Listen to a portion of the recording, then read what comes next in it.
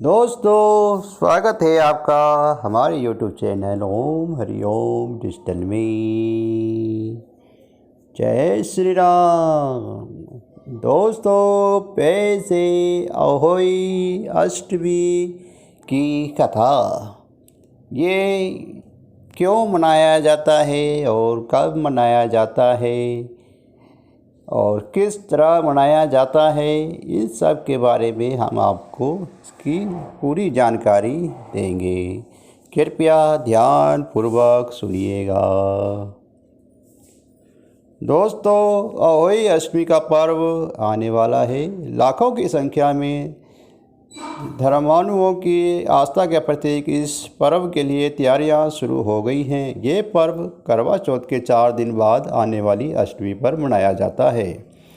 इस बार अहोई अष्टमी का पर्व 8 नवंबर 2020 को होगा। इस दिन माँ पार्वती और अहोई माता की पूजा करने का दिन है।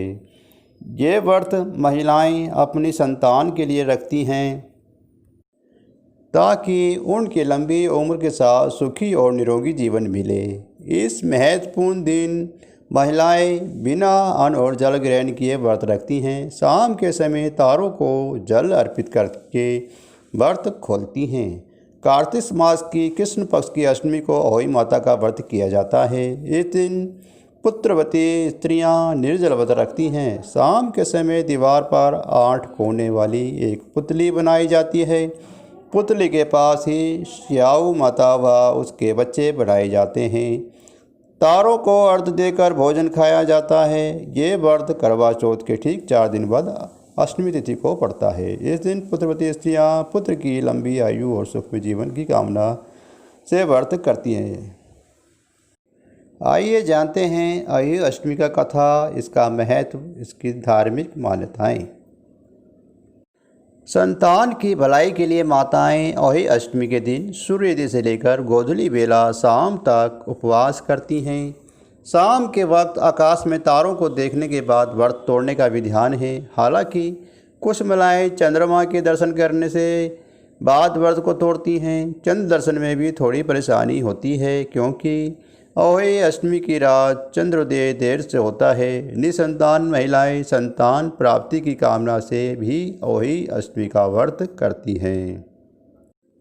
दोस्तों, इस दिन सायंकाल तारे निकलने के बाद दीवार पर अहोई बनाई कर उनकी पूजा करें। व्रत रखने वाली माताएं कहानी सुने। कहानी सुनने के समय एक पट्टे पर एक जल से भरा लोटा रख दें।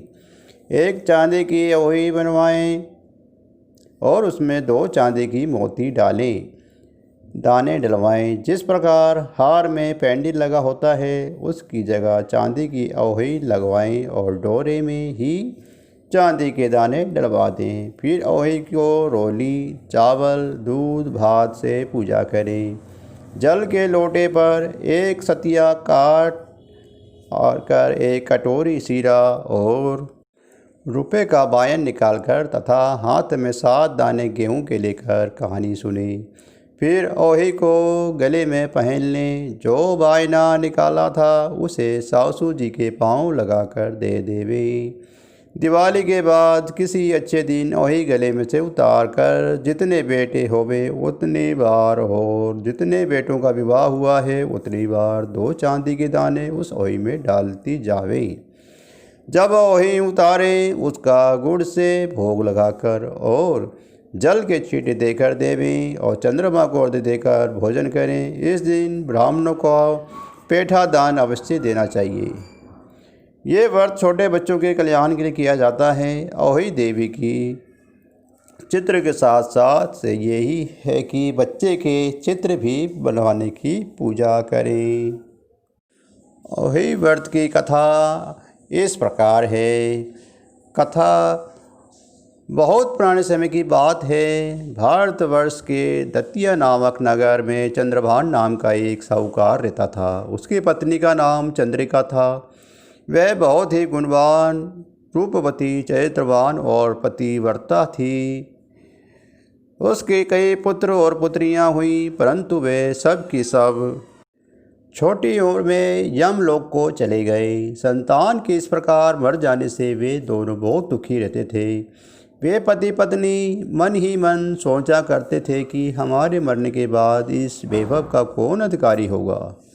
एक दिन उन दोनों ने निश्चय किया कि सब धन दौलत को त्याग कर जंगल में निवास किया जाए। ऐसे निश्चय करके दूसरे दिन ही दोनों सब घर आदि भगवान को भरोसे छोड़कर जंगल को चल दिए। चलते चलते जब दोनों थक गए तब बैठ जाते थे, फिर चलने लगते। इस प्रकार चलकर वे दोनों बद्रिकाश्रम के समीप एक शीतल कुंड के पास पहुँचे। वहाँ पहुंचकर दोनों मरने का निश्चय करके अन्न जल त्याग कर बैठ गए। इस प्रकार बैठे बैठे उन्हें 7 दिन हो गए। 7वें दिन आकाशवाणी हुई कि तुम लोग अपना प्राण मत त्यागो, ये दुख तुम्हें पूर्व जन्म के पापों का कारण मिला है। अतः हे साहूकार, अब तुम अपनी पत्नी से अहोई अष्टमी के जो कार्तिक कृष्ण पक्ष को आती है व्रत रखवाना। इस व्रत के प्रभाव से अहोई नाम की देवी प्रसन्न होंगी और तुम्हारे पास आएंगी। तब तुम उस देवी से अपने पुत्रों की दीर्घायु मांगना। व्रत के दिन रात्रि को तुम राधा कुंड में स्नान करना।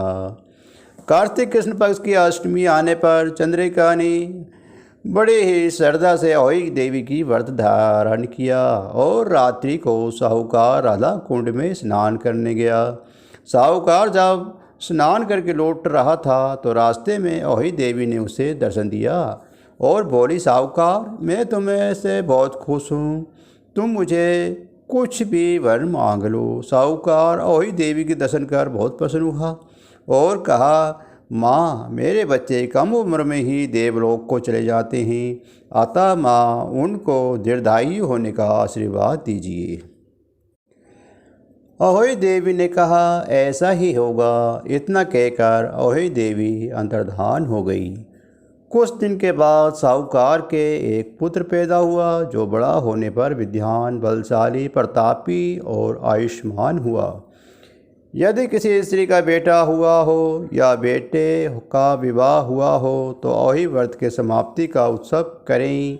एक थाली में 7 जगह 4-4 पूरी और थोड़ा थोड़ा सीरा रखें। इसके अलावा एक साड़ी और एक ब्लाउज 1 रुपया के साथ थाली रखकर और थाली के चारों ओर हाथ फेरकर अपनी सासू जी के पांव लगाकर उन्हें दें।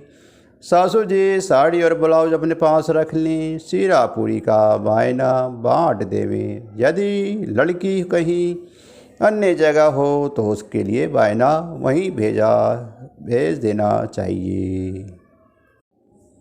दोस्तों, इसी के साथ हमारी अहोई व्रत की कथा अब समाप्त होती है। इस साल अहोई व्रत 8 नवंबर को मनाया जाएगा। तो एक बार प्रेम से बोलिए, जय श्री राम।